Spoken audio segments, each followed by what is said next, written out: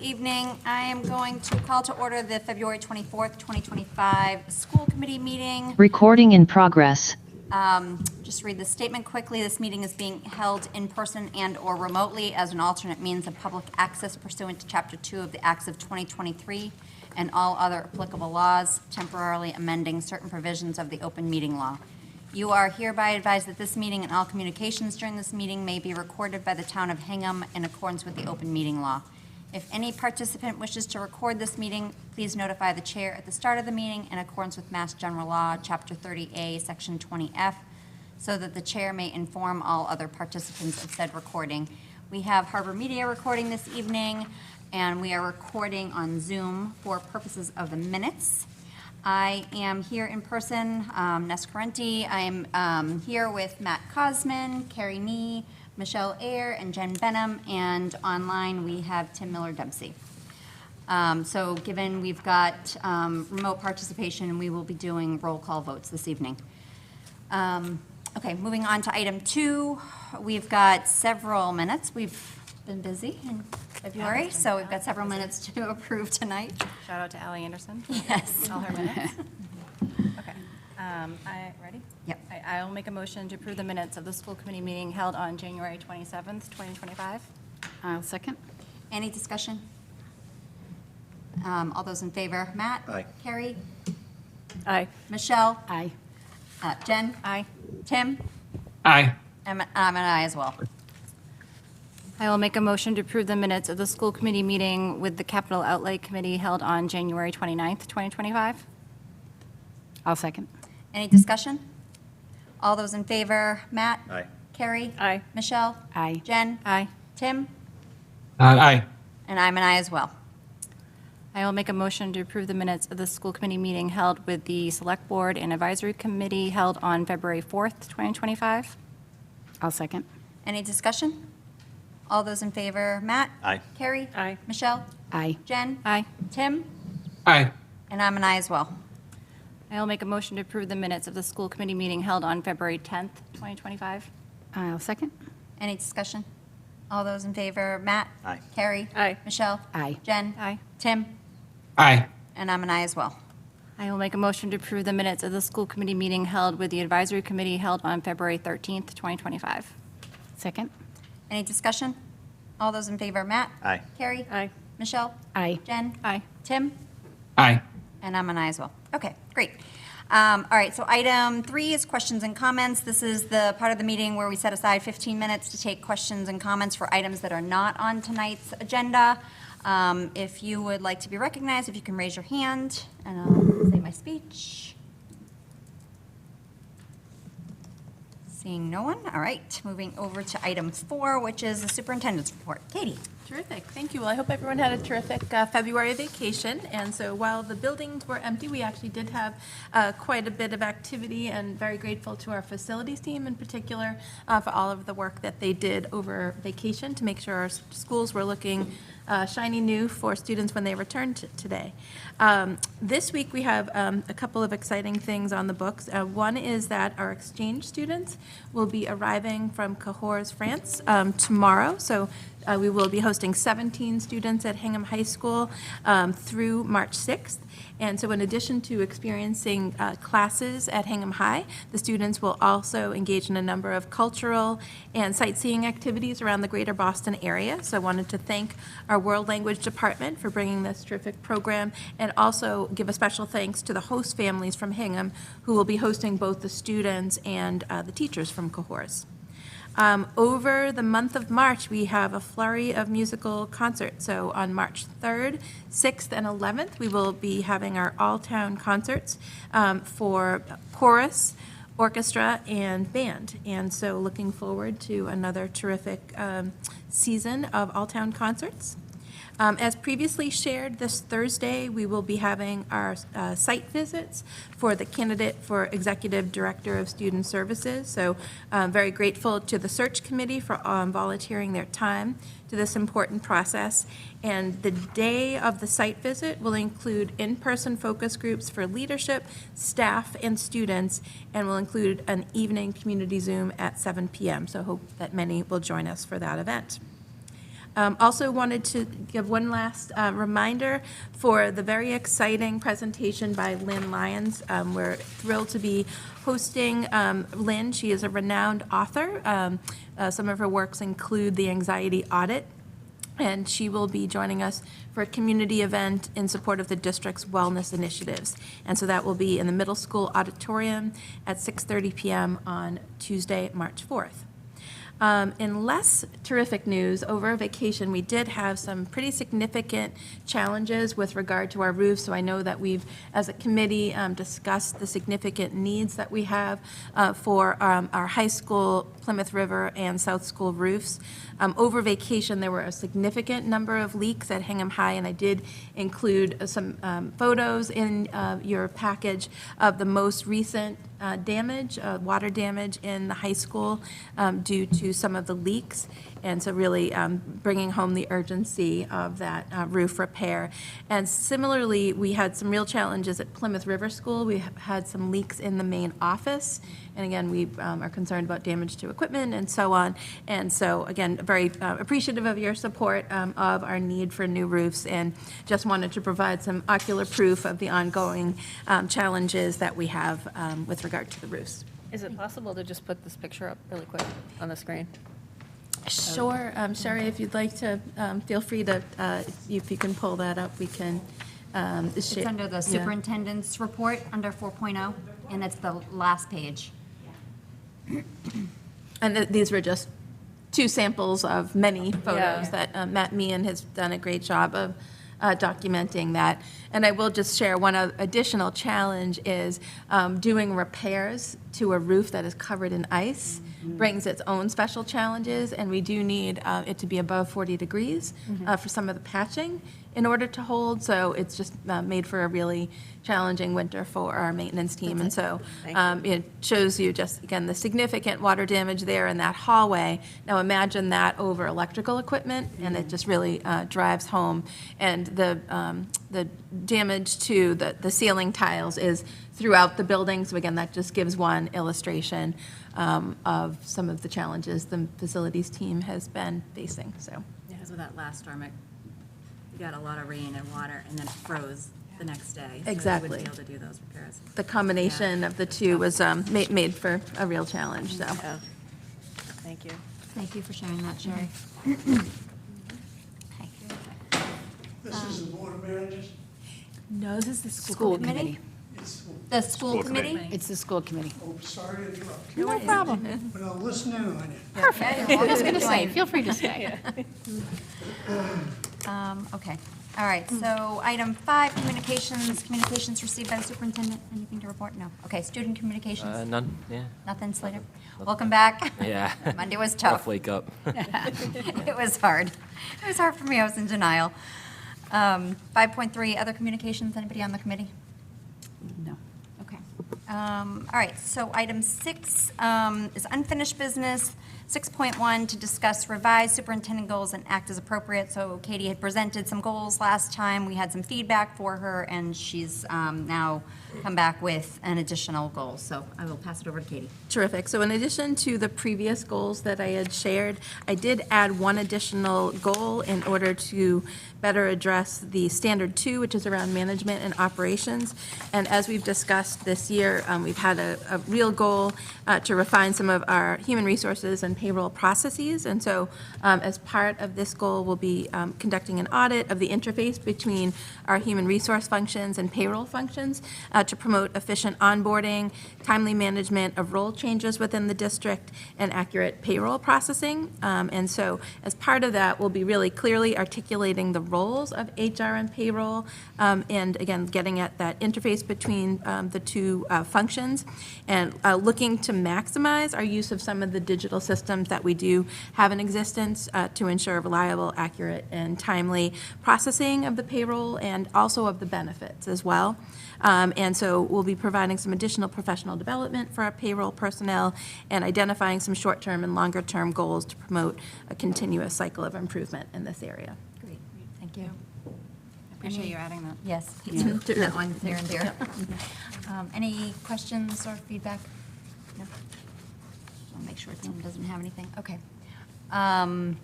All right, so with that, are we ready to vote on her goals for the next few months? I will make a motion to approve Superintendent Captain Roberts' performance goals for the 2024-2025 school year. I'll second. Any further discussion? All those in favor, Matt? Aye. Carrie? Aye. Michelle? Aye. Jen? Aye. Tim? Aye. And I'm an aye as well. Thank you for doing that. All right, and the next unfinished item, 6.2, to discuss the FY26 budget and to act as appropriate. So I'm going to pass that over. I don't know if there's much more to report, but Sure. We had kept this agenda item. We keep it out throughout the budget season in the event that there are updates. We have no new information to report, so we have not had any additional retirements, leaves, or changes to contracts of any kind that would cause an adjustment to the previous budget proposals that we have made. So again, if we get any timely information, we'll factor that into our proposals to you. But over the course of the February vacation, we did not receive any additional new information that would change any of our current recommendations. so we'll have another meeting on March 10th, and we'll likely look to vote on that day. Maybe. I think Carrie had sent a message, and basically, other than Unit A, which we did extend the dates for notifying people, the other contracts don't have, still have the March 15th date? It's the Administrators Association, still has March 15th as Okay. the deadline, so. So we might have one administrator notified by that point. Yep, Yep. So probably at least need to vote about that one. that one. Yeah. At the March 10th meeting. Yeah. Okay. Okay, so to be revisited. All right, thank you. All right, so item 7, new business. 7.1, to receive a presentation of the mid-year MTSS data. And I actually wondered, Ness, if we might, given that we have a student here tonight who would like to get home and get his homework done, Yeah. wondered if we could flip-flop 7.2 and 7.1? Yep, does Would that be anybody okay? have any? Nope, all right, so Yeah. we're going to take 7.2 first, to receive the Portrait of a Learner presentation. Terrific. Great. Well, I'm very excited this evening to present the results of some hard work by a very committed group of community members, including faculty, administration, students, and parents, and school committee members that joined us in some visioning work around what we hope for our students as we're taking a look at the next several years. And so this initiative, called the Portrait of a Learner initiative, the goal of this is to identify the skills and competencies that our students will need in order to be successful in their future, and to consider the offerings and programming that we have that will help students achieve their dreams and goals. And so this process was a several-month process that began early this fall. Actually, I'm going to take a step back, actually began early in the summer when we convened a team of leaders that attended a NEASC workshop that was about Portrait of a Learner and Portrait of a Graduate, and grateful to that team for getting the ball rolling on the Portrait of a Learner work. We then convened a steering committee composed, again, of various stakeholders, and partnered with a group called Teaching and Learning Alliance. Pam Gould, Dr. Pam Gould, and Zeph Gianetti, two former superintendents, helped guide some of the work of our steering committee. And so our steering committee facilitated some community surveys of various stakeholders, facilitated some focus groups of students, staff, family members, and community members, and synthesized all of that data into our ultimate Portrait of a Learner. And so wanted to first just share the why of a Portrait of a Learner. And so schools are preparing graduates for a future that requires them not only to have content knowledge, but to also have, again, those transferable skills and dispositions necessary for success. in a diverse and rapidly changing world. And so some of the key things that we'll be looking at is the skills of thinking critically, working collaboratively, learning deeply, and in order to give the schools kind of a North Star in evaluating some of our programs related to this document. This is, I will also say, a requirement of our NEASC accreditation, but we did really try to make this a meaningful process for all. Thanks, Sherry. And so again, this was our timeline of our process beginning in August with that kickoff workshop with NEASC over the summer. Began some of our partnership with the Teaching and Learning Alliance in August. Throughout the fall, worked on the focus groups and community surveys, and our steering committee met throughout the fall and winter, and also drew in our leadership team. It was kind of a back and forth iteration between our Portrait of a Learner steering committee and leadership team in a dialogue back and forth. And also wanted to again, thank Erica Pollard for her work in developing a Portrait of a Learner graduate equivalent course, which really helped us to expand some of our teacher voice in the process and was a really rich learning experience. So thank you, Erica, for that.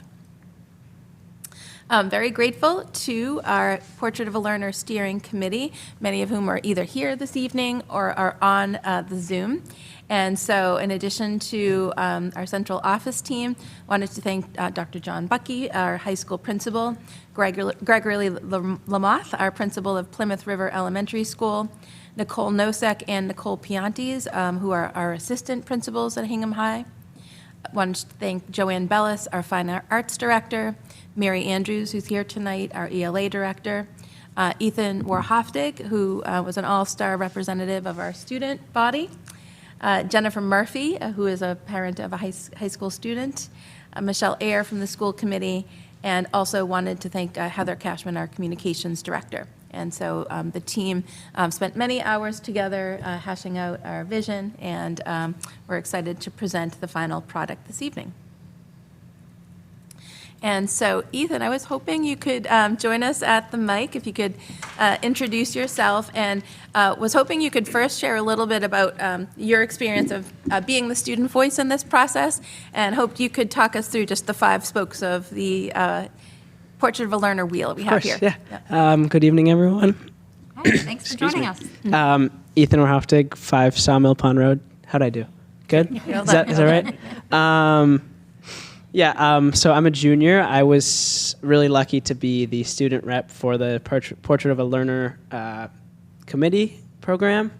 I feel like we had a really, really meaningful experience creating this beautiful graphic. Well, we didn't create the graphic, but the designer created the graphic. But we had a really meaningful experience, analyzing our surveys and trying to brainstorm what would be applicable for the future for learners of the Hingham Public Schools, and creating ultimately these 5 spokes.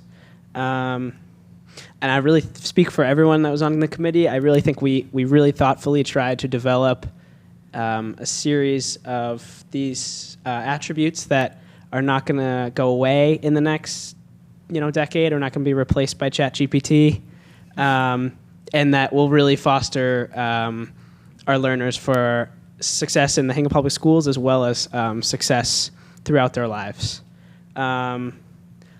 I'll briefly run through these now. Creative problem solvers. We want students to be able to, at all ages, to be able to tackle the problems that they're presented with, expected or unexpected, at any grade level.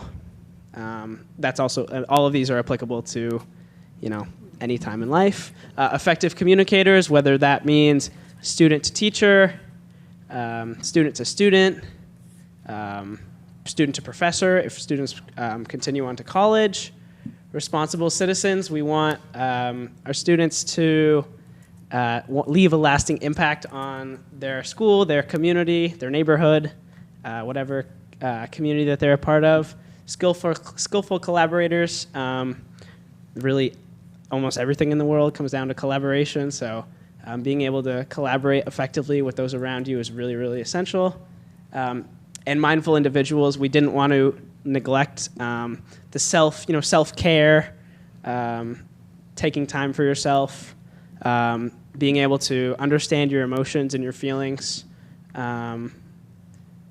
Terrific. We have all these Yeah. bullet points. That's so Yeah. awesome. Yeah, so Um, we'll actually take it from here, Ethan. That was perfect. I wanted to give you the Can I chance say one more thing? to launch it. Absolutely, please do. Wonderful.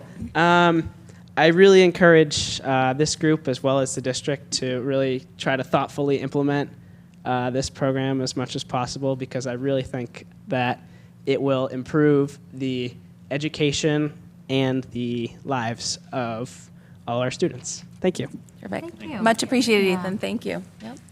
And again, just brings a lot of value to have student voice at the table. And Ethan was a terrific contributor to the process. So grateful for his work.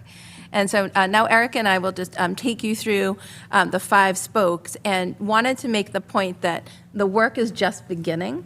So the graphic is only as good as how we live it. And so again, the Portrait of a Learner process really is beginning in earnest now, in that we will now be taking each of these 5 spokes and weaving it throughout our programming and throughout our curriculum. And making sure that we're providing opportunities for students to exercise their muscles in each of these skills throughout their experience. So Erica, do you want to kick it off with our first spoke? So some of these characteristics the group was able to settle on really, really quickly, and creative problem solvers was one that really stuck out for us. We're hoping that students will be able to demonstrate skill in critical thinking, which includes, of course, evaluating sources and information, thinking flexibly, taking risks, learning from mistakes, seeking help and resources as needed, and taking initiative to find solutions to those problems. And some of our work will be envisioning what that looks like at each grade level, K to 12. And so many districts will have different versions of these graphics that will be more tailored to an early elementary audience, later elementary audience, middle school audience, and so on. So our next spoke, that again was one, as Erica said, that there was unanimous agreement behind, that would be for students to work on becoming effective communicators. So expressing facts, ideas, and opinions clearly and confidently, employing multiple means of communication through the spoken, written, or visual representation of ideas, engaging in active listening to understand the viewpoints of others, and considering the context and audience of their communications. This one was one that we had a harder time sort of putting into a bucket, but we want our students to become responsible citizens, and that sort of encompasses a lot of different areas of their lives. We want students to have civic knowledge and skills for their personal and community benefit. We want them to have empathy, kindness, and commitment to helping other people, integrity, honesty, responsibility, and for them to be active participants in local and global communities. Great. Our next spoke of skillful collaborators. So we are hoping that our students will understand and respect diverse viewpoints, show the ability to compromise, contribute as a responsible group member in a variety of roles, and demonstrate courage and willingness to resolve conflicts. And this last one, I think, was the hardest for us to capture in words. We really want our students not only to think about the community and the world around them, but also to discover what they need and what is best for them so that they can sort of reach their full potential. So we want them to learn to prioritize their physical and emotional wellness, make healthy choices based on knowing what they themselves need. We want to see our students make responsible decisions and strive towards self-actualization, which is a big word, but I think it was one that we kept in there because it really captures the whole piece. We want them to become the best self that they can be. Terrific. And so the next steps, again, really this work has just begun. We will be sharing this out with our pre-K to 12 staff throughout the spring at various workshops and professional development. We also this spring will be using this document as a guiding document to inform some of our strategic planning. We'll, over the summer, during some of our leadership retreats and so on, we'll develop some action steps related to Portrait of a Learner to really articulate the progression of skills and what that looks like pre-K to 12. And also how we'll measure those skills. So again, some of these soft skills, we'll come up with some ways to measure it through rubrics and so on in the same way that we would measure academic data. We'll be working in both departments and building-wise to align curriculum and programming to these skills and competencies, and that'll be an ongoing task. Working to integrate this new graphic across our documents. And so again, this should be a through line through our documents. And as I mentioned, this is one of the components of NEASC accreditation. And so given that this work is now complete, that will set us up in good stead for our next round of NEASC accreditation. And again, just to conclude, so we'll be beginning our strategic planning process this spring. And so this document here was really a preview of some of that strategic planning. Great. Thank you very much. Thank you to the steering committee, too. I see a lot of people who are part of the steering committee online, so I appreciate your time. I appreciate your time on the work that you're doing. Does anybody have any feedback, thoughts? Carrie? I just had one. Yeah, I just echo your thanks. I think it's great. It's exciting to see this. There are a bunch of references in here to pre-K to 12, and maybe this is a NEASC thing, but what about the post-grad learners, the 18 to 22? Yeah, that's a great, so for NEAS purposes, you're right, the audience is different, but certainly this would apply to our post-grad learners as well. Mhm. Great. Just a question, just a comment, just thank you to everyone who participated, especially to our student. I know it's a lot of hours with your managing your schoolwork and this as well, so appreciate your perspective on all of this. And then I also I really think this is so fabulous how it's pre-K through 12th grade, and you kind of you hit all the grades with your ideas and thoughts. I think that's really great. Thank you. And I look forward to using this as we start the strategic framework. Terrific.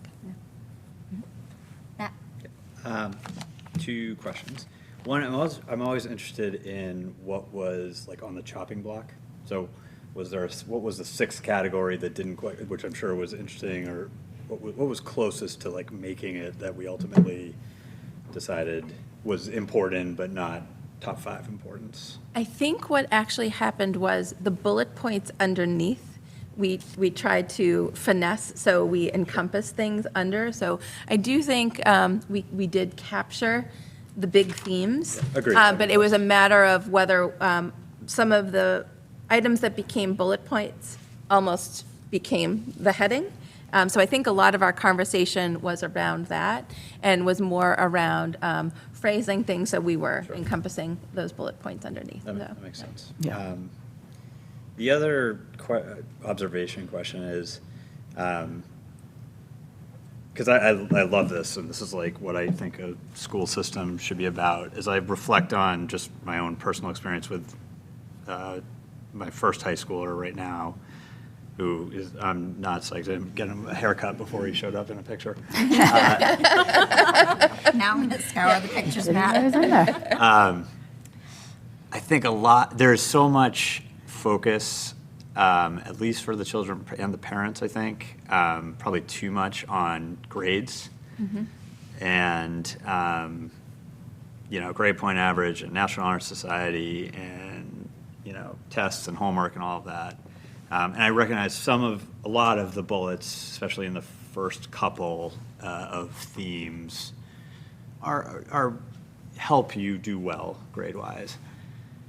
I don't know. How do you think about that? Like, because it's like I don't think that there should be a theme that says get the best GPA or or whatever focus on homework. But it is such a huge part of I think what, especially at all levels, but certainly as you get more into secondary. I don't know. Like, did that come up? I guess as part of the discussion. You can have a high GPA and not be a responsible citizen. And so again, our hope is to encourage our students to we have a responsibility to students to provide them with the content knowledge, the basics that they will need. But it is as important for us to make sure that we are sending out good humans who are, balanced, who are good decision makers, who are good communicators, and so on into the world. So we have a responsibility to do both, and hopefully this will help us expand our definition of success. To your point, it's not just about a GPA, and it's. I do think that it's a sign of what we value in terms of what we measure. And so currently, what we measure is simply the accessing of content. Some of these skills, again, part of our work will be how do we measure what it looks like to be a responsible citizen? How do we capture that? And I do think in the same way that we have pacing guides and unit guides and progression for our content, we need to have similar progressions for how do we build the muscles in a kindergarten student of what it looks like to be a good citizen or a collaborator and so on, and work that all the way through. So again, I'm hoping this will help us expand our definition of success. And one of the things that we looked at in the graduate equivalent course was, once these had been drafted by the steering committee and the leadership team, we looked at, by sort of elementary, middle, and high school, do all students have the opportunity to practice all of these skills? And if not, what do we need to change so that we can give them opportunities to practice all those skills? As Katie said, we want to measure the things that we tell kids, like, those are the things that we're telling them we care about, that they matter. So we need to make sure that we're integrating all of these pieces. So hopefully it'll be a good reflection tool. And I do think some of it is about how we allocate our time. So at the elementary level, we have a morning meeting where students are, learning to share and so on. So I think it might help us think a little bit differently about how we make sure we carve out the time for some of these activities and really highlight and center some of the ones that we're already doing. So the civics project, for example, is a really terrific project that highlights many of these items here. So building on some of those successes that we have, and how do we expand and enrich those types of activities. So. I think we were very mindful of using the term portrait of a learner versus portrait of a graduate. We sort of went back and forth on that because it was more about the student as a human than the student as a graduate, right? Because it sort of felt like that lean towards GPA and all that. And I think just as a parent who's been through it all and on the other side of it, when I was going through this myself as part of the committee, I was thinking to myself, it is so much more than the grade point average for kids. And I think that sort of gets lost in it, right? But if you can do all of these things, or even some of these things, like, you're going to get really good recommendations that are going to help you, right? Either in your future college career, in your job search, whatever you're going to move on to.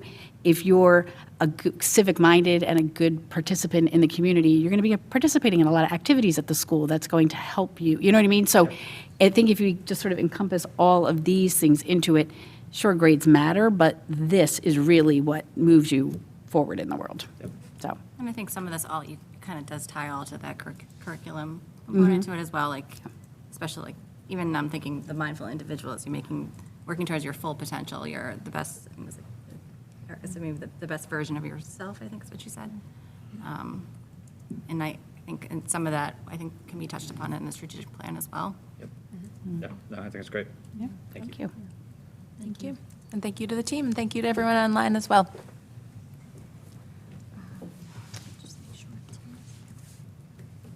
Ethan, you're welcome to stay for the middle of year data, but you're also welcome So to go. free to go. Yeah. Okay, all right, so moving on to back to 7.1, to receive a presentation of the mid-year MTSS data. So I think Erica's taking us through this. Yes, so wanted to thank Mary Andrews, our ELA director, and Dave Jewett, our math director, and Erica for leading this work. Yeah, Dave and Mary are the brains behind all of this data.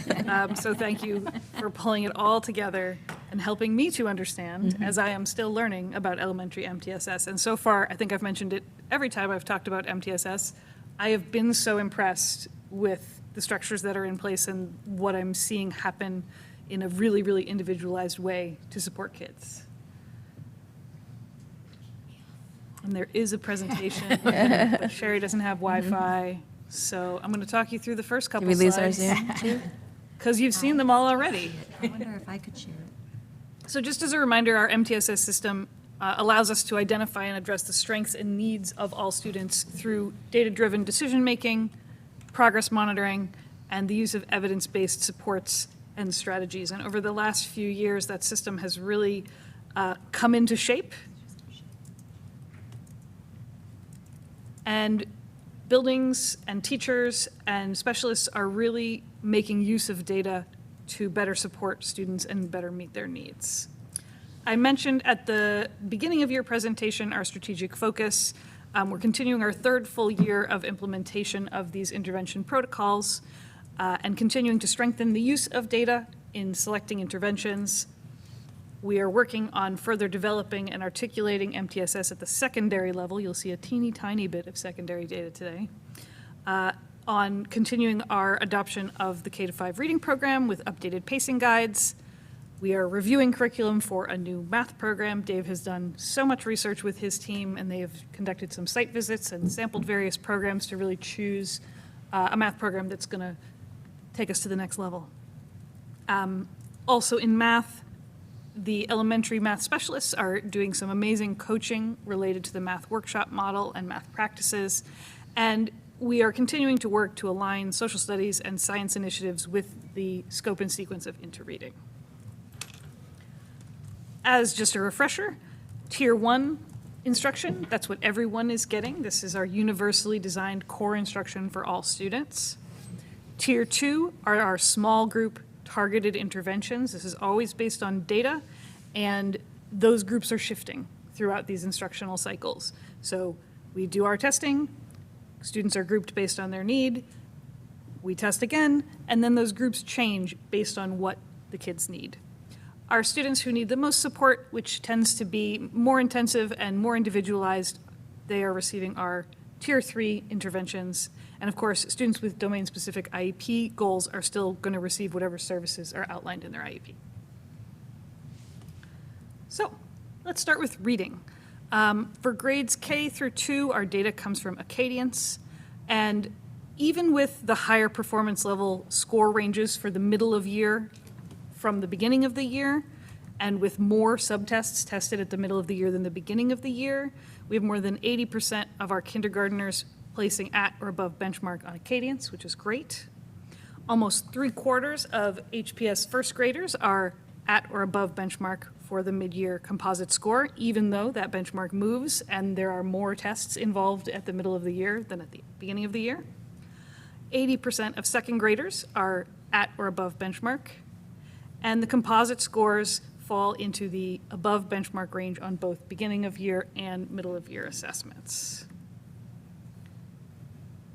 This slide shows the growth over time, and I think we keep in 2019 to 2020 as our pre-pandemic benchmark. We can see that we're now in better shape than we were then, with 81% of our kindergartners at or above benchmark and only 20% below benchmark. And again, we'll expect to see more growth as the year continues. And again, these benchmarks have moved from the beginning of the year, and yet many of our students are still meeting or exceeding them. This is the first time that we delayed the beginning of year testing for kindergartners by a month, which is what the state recommends, because if you test too early with kindergarten, you tend to over-identify kids that are going to need intensive supports. Once they get used to school, they're not going to, they're going to be able to meet those benchmarks more easily. But I bring it up only to mention that the window between beginning of year and middle of year is shorter for kindergarten than it is for other grades. I like these new graphics. Aren't those nice? This new chart, right? Yep. I love the rainbow. Thank you, Acadians. Yep. Again, for our first graders, we have 73% at or above benchmark. We want to see our blue and green bars getting bigger and our red and yellow getting smaller. And again, even though we're not comparing apples to apples, there's more subtests and the benchmark is higher, we still have more kids at or above benchmark in first grade than we did at the beginning of the year. For our grade 2 composite scores, again, we're seeing really good progress. We've got 82% of our grade 2 students at or above benchmark and only 18 below.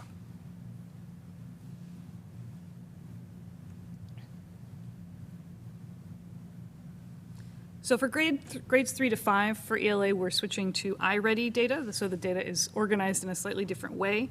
But what we can see from this data is that all of our general ed and special education cohorts in grades 3 through 5 have already exceeded the end of year expectations for typical annual growth by the midpoint of this year. So that's really impressive.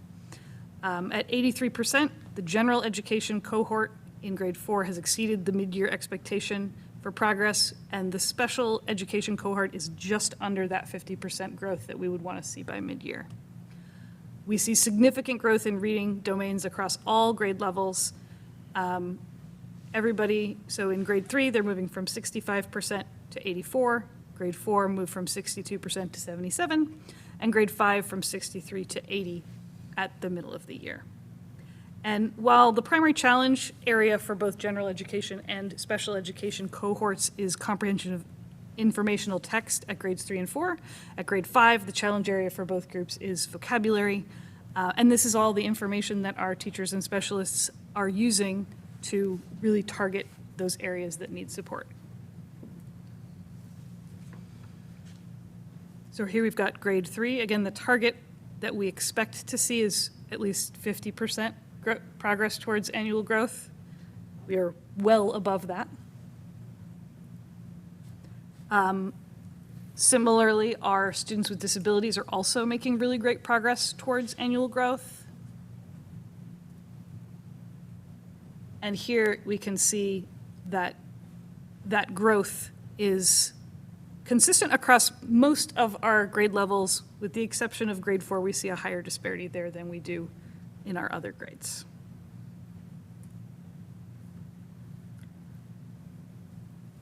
This next slide shows us from beginning of year to middle of year how many of our students are on or above grade level, 1 grade level below, or 2 or more grade levels below.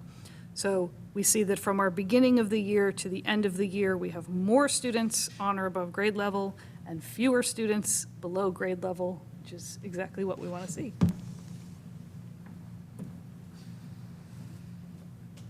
This next one shows our students with disabilities, so the same sort of breakdown. We want to see more students in the green and fewer students in the red, and that is largely what we're seeing here. And that takes us to math. Things are looking great in math too. All of our grade levels except for kindergarten are exceeding expectations for their typical annual growth. Again, that K initial benchmark is a little bit later. Our special education students in grades 1, 2, and 5 are actually exceeding expectations for the typical annual growth at a higher rate than their general education peers. So we're really making progress towards closing any of those gaps that exist. We've got significant growth in the on or above grade level category for all grades in both special education and general education subgroups. And a significant decrease in the number of students who are 2 or more grade levels below, particularly for special education students. In terms of the subtests, these give teachers and our math specialists really key information about what mathematical skills students need more practice with. So we see growth in numbers and operations and in algebraic thinking. A little bit less growth in number and operations across both cohorts, so that's going to inform instruction moving forward. And as we saw in ELA, growth is lower for the grade 4 special education cohort, so that is, an area that we'll continue to monitor. We can see here grades K through 5, our progress towards annual growth. It's all looking good. We, again, expect students to have made about 50% of growth between beginning of year and middle of year. And the only group that's not doing that here is kindergarten. Again, that window is really short for them, so I fully expect that they will be meeting their progress targets as the year progresses. And then in 6th grade, which is our tiny, tiny peek into the secondary world, we have students at 69% progress towards annual growth. Similar to our ELA scores, we have an increase in the students who are on or above grade level and a significant decrease in the number of students who are 2 or more grade levels below, both for our all students cohort and for our special education cohort in the next slide.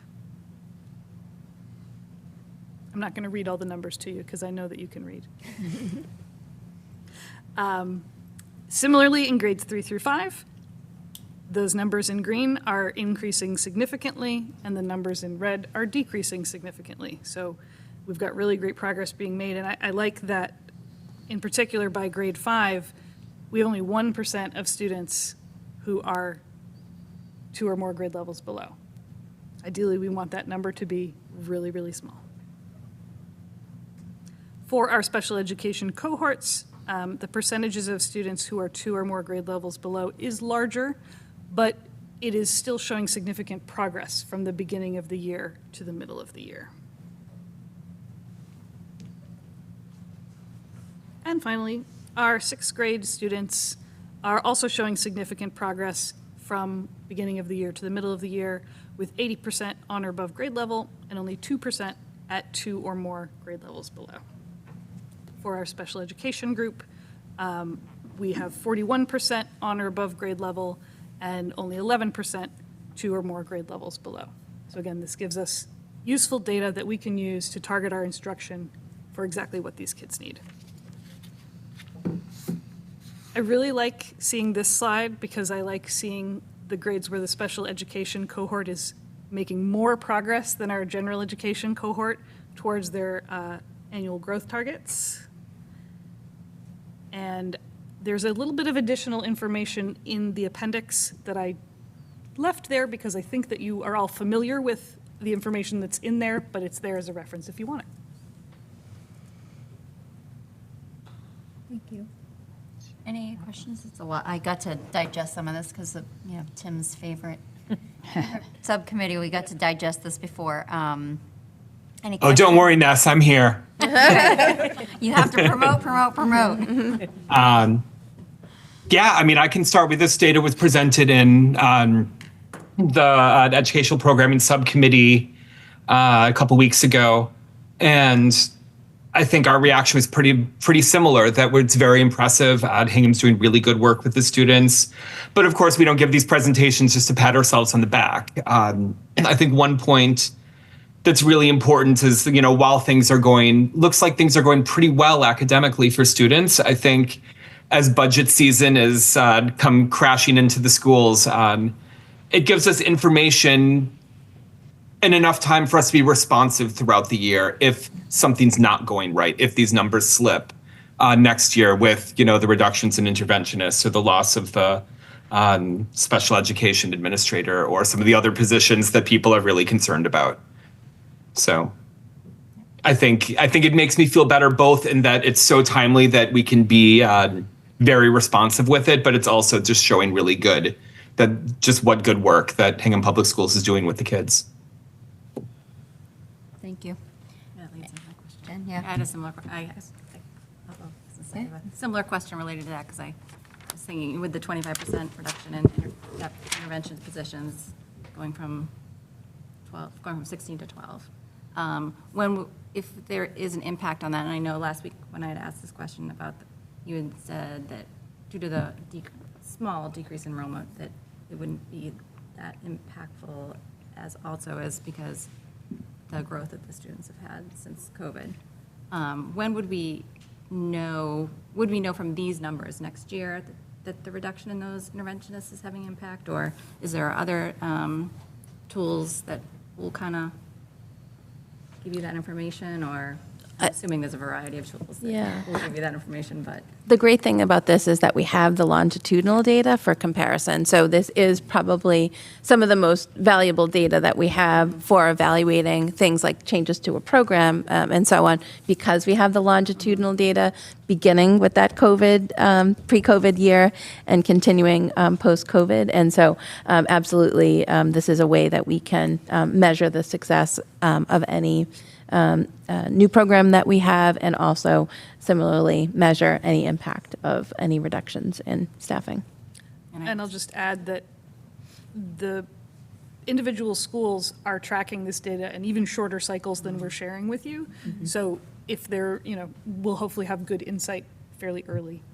Yeah, there's progress monitoring that takes place in between. So we're just sharing the beginning, middle, and end of year snapshot, but there's additional progress monitoring taking place even more timely. And then I just, one other question. I don't know if there was, as you were going through all the results, in the beginning you gave the overall growth from over the 5 years. Was there any specific grade that stood out where there was a higher growth or a lower growth over years? I'm looking right at Dave Jewett because maybe he might have analyzed any of that. We're longitudinal out there. You know the math guy's got to come out. Once you've said that, Dave has to come talk about it. Sorry. Yes and no. I mean, I think the end of the year data is probably a better benchmark to really look at that. Okay. In particular, when we give this assessment as well, can vary a little bit, and a little bit could be up to 3 weeks. And coming back from vacation this year, I know some of those kids started those first 2 days right after break. That was a little bit of a weird window, and so that's something we're just even evaluating in terms of timing. Do the kids need to be back for a full week just to settle in before taking it, and is it worth that disruption for middle of the year data? So I will say that individually, I did try not to call out certain groups and cohorts very specifically, but I was sitting in on a data team meeting 3 weeks ago where the whole conversation was about moving staffing from a specific grade level because they no longer needed that support. And it was such a celebration I'll share that it was a 5th grade school. And it was a huge celebration of the fact that that was a group in 2nd and 3rd grade that we were really, really worried about coming out of COVID. And we were almost like shocked and surprised that the data was so strong for that group that we were able to kind of shift focus someplace else. So there are some pockets where they're really kind of popping up, and we're seeing that success with little cohorts and classes and primarily individuals. We're certainly seeing that for sure. Hope that helps. No, it does. I usually ask this question every year, so I appreciate it. And I just want to follow back with when I asked my earlier question about the interventionists. I want to say that I do appreciate the fading of it out as opposed to not eliminating all 16. And I think that is a testament of the great work that has been done and the not doing them all of them, and that fading out, I think is so important. Absolutely, and Appreciate that. very much, they bring enormous value and skill, and really in those post-pandemic years. But we will continue to to have a need for interventionists. They again are an important part of the team. But just a reminder, our MTSS team at each elementary schools, we're very fortunate to have 2 reading specialists, a math specialist, and 3 interventionists. So we do have 6 dedicated MTSS staff at each elementary school, for which we're very grateful. And additionally, we have our also our writing specialist, Monica Matthews, who is part of the MTSS work as well. So grateful for the staffing that we have, and very much appreciate the work that interventionists do. Absolutely. Thank you. Thank you. Michelle? This is very helpful. Thank you so much. Just one comment and one question. I think this is the type of data that really shows us that when people talk about, oh, but enrollment's down, you should be able to cut staff. Like it's not that simple, right? Because there are still students who have needs that need to be addressed. And while to Tim's point, the data is great, and we love to break our arms patting ourselves on the back, we can't really, right? It's not leave most of the children, don't leave most of the children behind, right? It is leave no child behind. So you really are trying to, the goal here is to bring all the students up. And some of the data is sort of fascinating if you look at it from cohorts, right? So I was looking at, from grade 1 to 2, the below benchmarks dropped from 20, as the first graders moved into second grade, drops from 27 to 18. Grade 2 dropped from 22%, then goes to 16 when they get to grade 3. So that brings me to my question. How much work would it be to sort of track this by cohort? We have done that to some extent, particularly coming out of COVID. Mary, in particular, had some really interesting data. We were very concerned about that kindergarten cohort that were kindergartners during the first year of the pandemic. And so we have tracked that cohort data longitudinally. We can certainly look at that as well. Again, for the interest of brevity of presentation, Yes, we have more okay. data than we present. And again, for an individual cohort, for the students themselves, it's the drilling down even further into, we present district level data, but school level data, class level data, and really what matters most is the individual students' MTSS data is what we use to help that child plug the skills and any skill gaps for that child. So I think that's, unless other people, I think it's helpful to sort of see it. Particularly, I noticed in the, I definitely can see the summer slide too. Like, you got to do that summer reading and that summer math work, everybody, because you can definitely see the beginning of the year goes, woo, yeah. So, but I don't know, I think it would be maybe helpful to see that. I mean, in the future. Yeah, sure thing. that is great. Thank you. Yeah, and to your point, I'm dating myself with my youngest being in elementary school, but there's constant checking and testing going on, because I think you guys were reconfiguring groups all the time, like what the students' needs are. So I think that's great. Thank you, Mary. Thank you, Dave. And Very sorry. MT's team. Yeah, Sorry. sorry. Yeah. No, I love the same slide that Erica does that shows the progress towards the annual growth, and wherever the special education students are outpacing their peers, like that's how you close the gap. So the more we can get at that, the better.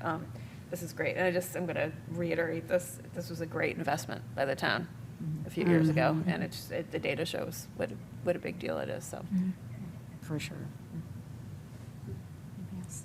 All right, thank you very much.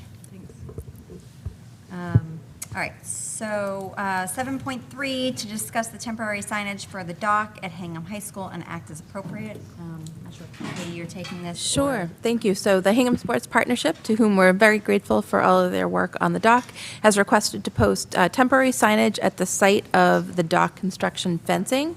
So the sign will be 3 feet by 10 feet and will include language that is on the back of this memo. The reason the school committee approval is required is due to the proposed listing of the name of the builder. So where it's a commercial entity, that requires school committee approval. Spoiler alert, that could change. Change, right? I have 2 policy people right next to me. Any questions? All right, somebody want to make a motion? Sure. Great. I will make a motion to approve the Hingham High School, the dock temporary signage. That's it? Yeah, I do, okay. I was going to have a question, but I'll ask that after the second motion. I'll second the motion. Any further discussion? I have a quick question. Do we know how long it's going to be up? I think until the Until the project is done. complete. Yeah, as long as the fence is around the perimeter, I think we'll keep it. Okay. All right, all those in favor? Matt? Aye. Carrie? Aye. Michelle? Aye. Jen? Aye. Tim? Aye. And I'm an aye as well. All right, thank you. All right, 7.4, to approve grants and donations. I didn't see anything. No donations. No donations. Okay, thank you. 7.5, we did have one there. That's to approve surplus and act as appropriate. Right, so just some math textbooks. Mr. Jewett, what he did was, he's trying to clear out all those ones that hadn't been used in a while. And some other math books that we had received as part of publisher information. So just to give you the heads up on those, and to let you, just to ask to declare those as surplus, so that he can get rid of them, please. Any questions? I'd Take re- them in my house. No, I'm kidding. I'd love to see the title from 1982. I'm sure that one's good. Just really change? I know, yeah. Okay. Questions? No. Okay. Do I make a motion? I will make a The motion. very 1982 title for a math book. Yes, yes, yeah. I will make a motion to declare the.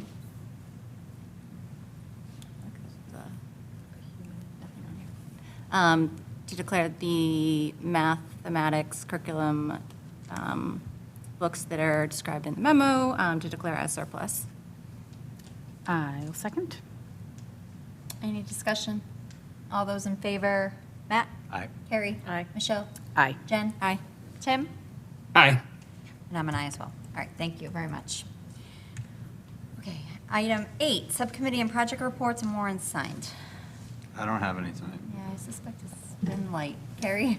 I met with the Student Advisory Council on February 11th. It was a great discussion. Feel free to jump in later if you want. They got some good feedback on the community service pilot that we're doing this year, which is good, and I shared it with the educational subcommittee. And we talked about the budget. There's a lot of concern with students with the bus and parking fees, as well as any staff that might be laid off. So we talked about that. I've shared some of those things with Katie and Aisha.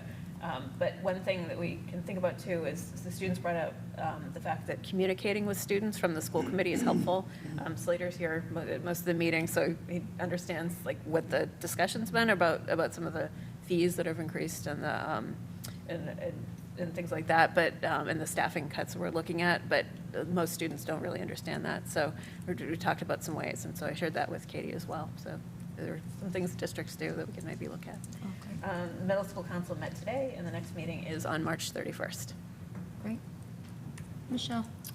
The high school council met sometime before February break, and it was a great meeting. We went over the budget. We went over the student handbook, and thanks to the work of the Student Advisory Council, there was some a proposal put forth to update the student handbook as it relates to the language in there about tardies. There's sort of a feeling in some cases there could be a little bit of double jeopardy that if you're tardy, some classrooms you may get a detention, and either way, it always counts against your attendance, right? But in some cases, there are classrooms where it may also get you a detention. So there's some work going to be done in the handbook to clarify that you only get to have one punishment for a tardy. And there was some updates as well about college visits and how that affects attendance. We went over the school improvement plan. I guess the automated attendance policy is working very well, where you no longer need to call in your student. The school will call you to let you know your student is absent. And they have updated it to now at least say what grade student is it missing, because people who have multiple students may get a call to say your student is absent today, and if you've got 3 kids there, you're like, which one? Because I know one of them is home, but where is the other? Are the other 2 there? I got an automated today, and it said her name. Oh, it said her name. Yeah. Okay, Yep. even better. So, yeah, it's Even very better. specific. Yeah, but I guess it's really helping, I think, with the attendance data, and as just a little less work for the staff in the office. And I think that was about it. Good. Thank you. Jen? I don't have anything for finance. School council Southwest meeting, I believe it's March 24th. I am going to attend the PTO meeting on March 7th. And then Allie's not here, so I'll just mention that policy met today. We're meeting again next month. Yeah, there's a lot of policies coming up in the next few meetings. Let's give everybody the heads up. Tim? Human Rights Commission is going to meet next Monday, a week from tonight at 6:30, and that's going to be a virtual only meeting. So looking forward to see people there. If you don't want to come to a meeting in person, log in. And then as far as mine, Foster School Council is meeting on Wednesday. And that's all I have to report.